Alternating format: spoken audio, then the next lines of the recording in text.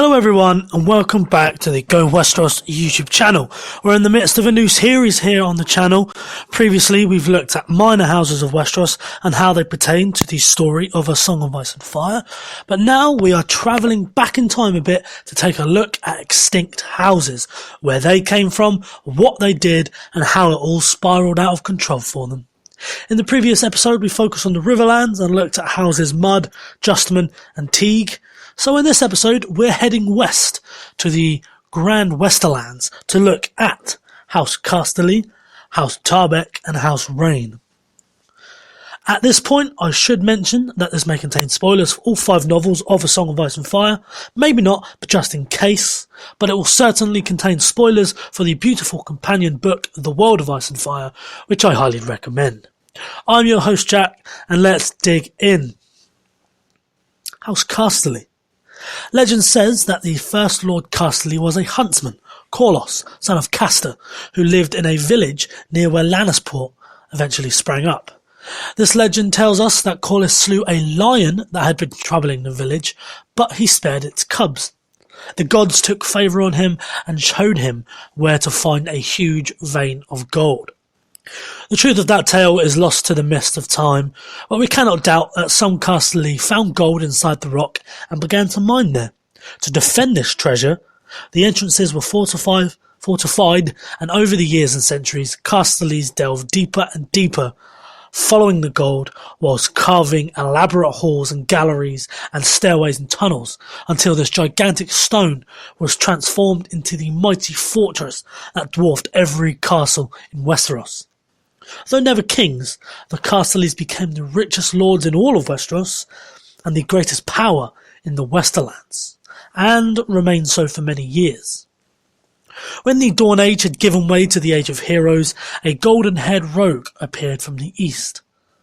This so-called Land the Clever winkled the Casterlys out of their rock and took it for his own. The precise manner in which this happened remains a matter of conjecture, as many different stories are told. Stories differ in the method by which he took Casterly Rock.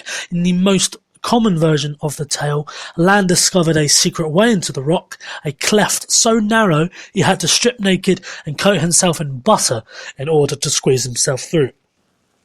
Once inside, he began to whisper threats in the ears of sleeping Casterlys, howling from the darkness like a demon, stealing treasures from one brother and placing them in the bedchamber of another, rigging snares and deadfalls. Thus he set the Casterlys at odds with each other and convinced them that their seat was haunted.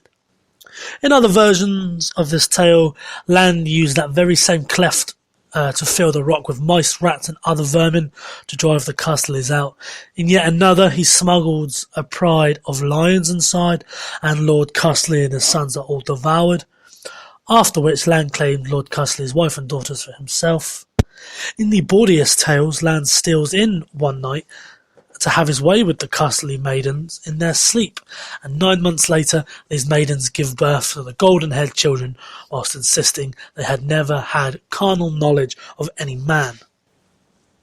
Archmaester Periston proposed that Land must have been a retainer in service to House Casterly, who impregnated the Lord's daughter, or daughters, and persuaded the father to give him the girl in marriage. Maester Yandel considers that if the Lord had no true-born sons, then in the natural course of events, the rock had passed the said daughter, and hence Land, upon the father's death. Whatever the case, House Casterly suddenly vanishes from the chronicles and histories, and in its place appears the hitherto unknown House Lannister. Now we move on to House Tarbeck. House Tarbeck of Tarbeck Hall was a noble house from near the crag in the Westerlands.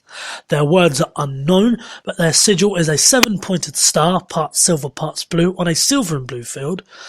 Here are some of the recorded history of House Tarbeck. Before marrying King Maegor Targaryen, Lady Jane Westerling was married to Lord Alan Tarbeck. The Lord of Tarbeck Hall was killed fighting for the rebels during the battle beneath the God's Eye. Sir Adrian Tarbeck led a Lannister host in the Dance of Dragons. Sir Eustace Osgrey recalled that scions of House Osgrey married Tarbecks, and that during the First Blackfire Rebellion, the Tarbecks supported both sides. But the reign of King Aegon Targaryen V House Tarbeck was an old but impoverished line that had been in slow decline for centuries. This halted with the marriage of Lord Walder and Tarbeck to the widowed Ellen Reyne, who had ties with House Lannister of Casterly Rock. House Reyne became close allies with the Tarbecks, and the Tarbecks used funds from Lord Titus Lannister to rebuild the crumbling Tarbeck Hall. Walder and Tarbeck increased the number of household knights under his command from 20 to 500. Together with House Reyne, the Tarbecks became the most powerful vassals of the Lannisters, but they were defiant and disorderly. When Tywin Lannister was only 10, Ellen Tarbeck laughed when the marriage of Jenna Lannister and Emmon Frey was announced by Tywin's father, Lord Titus.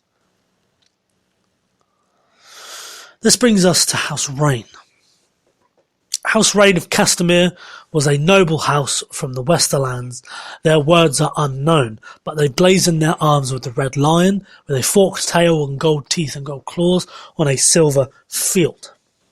In history, House Reyne was a family of first men who made their subterranean seat at Castamere. The mine's silver and gold ore made them wealthy, much like the Lannisters of Casterly Rock. The Reynes joined the Kingdom of the Rock when King Lorien Lannister I wed a Reyne daughter. During the civil war known as the Dance of the Dragons, the Reynes sided with the Greens. Lord Reyne was killed in the battle by the Lakeshore in 130 AC. During the First Blackfire Rebellion, Sir Robb Reyne sided with Daemon Blackfire. Robb was considered one of the finest knights of his age. Now we come to the Reyne and Tarbeck Rebellion. The Reyne-Tarbeck Rebellion was a failed uprising in the Westerlands in 261 AC.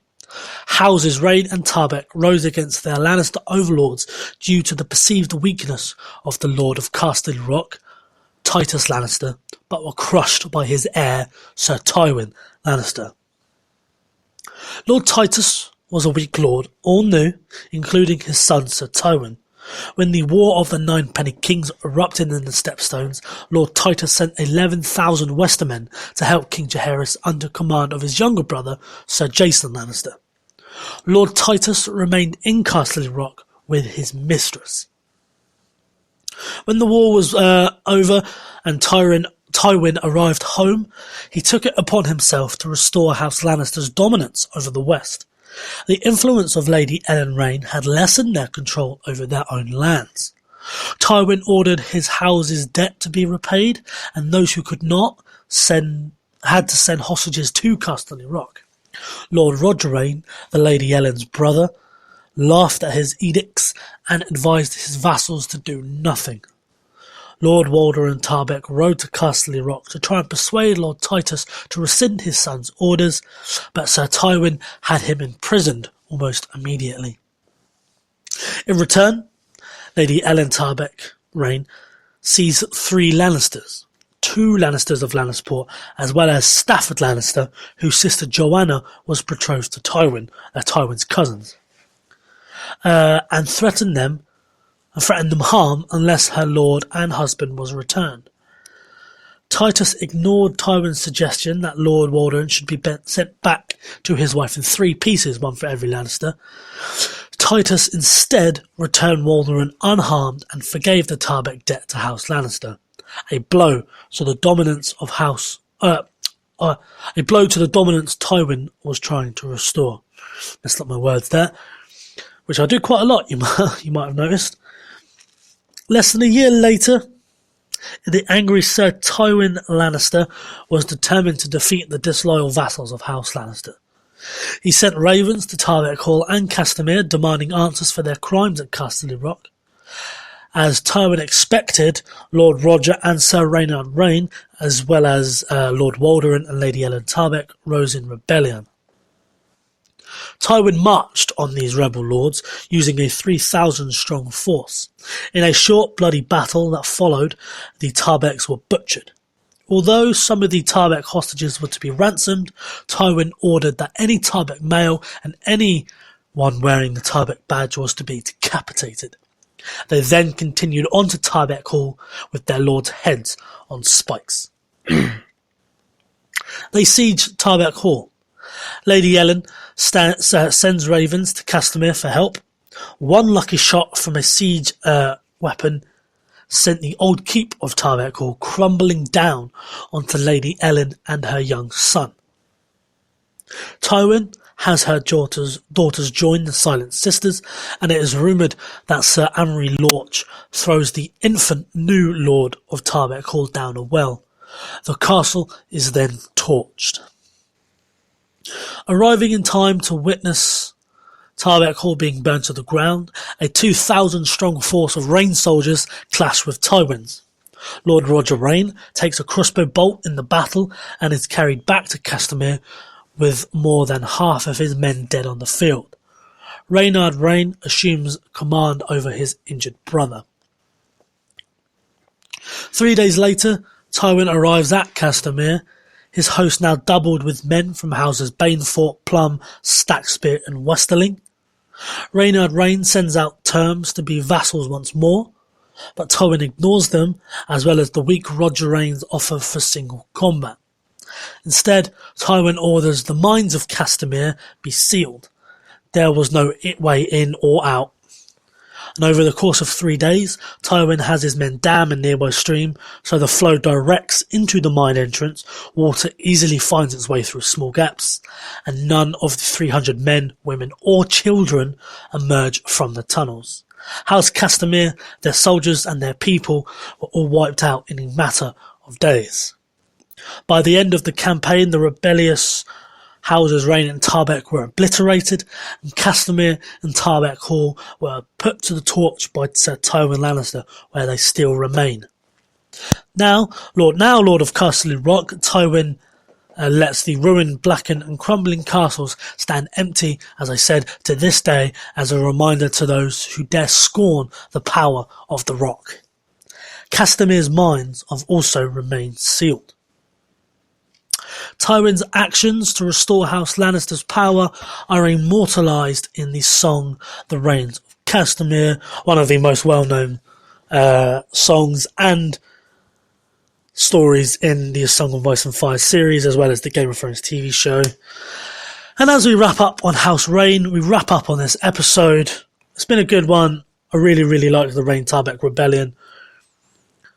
So remember to follow me on Twitter at GoWesteros. Drop me a like on YouTube, a comment, a tweet, some advice or criticism, or even just say hello. You know, I've been Jack, and I'll see you all very, very soon. Thank you. Goodbye.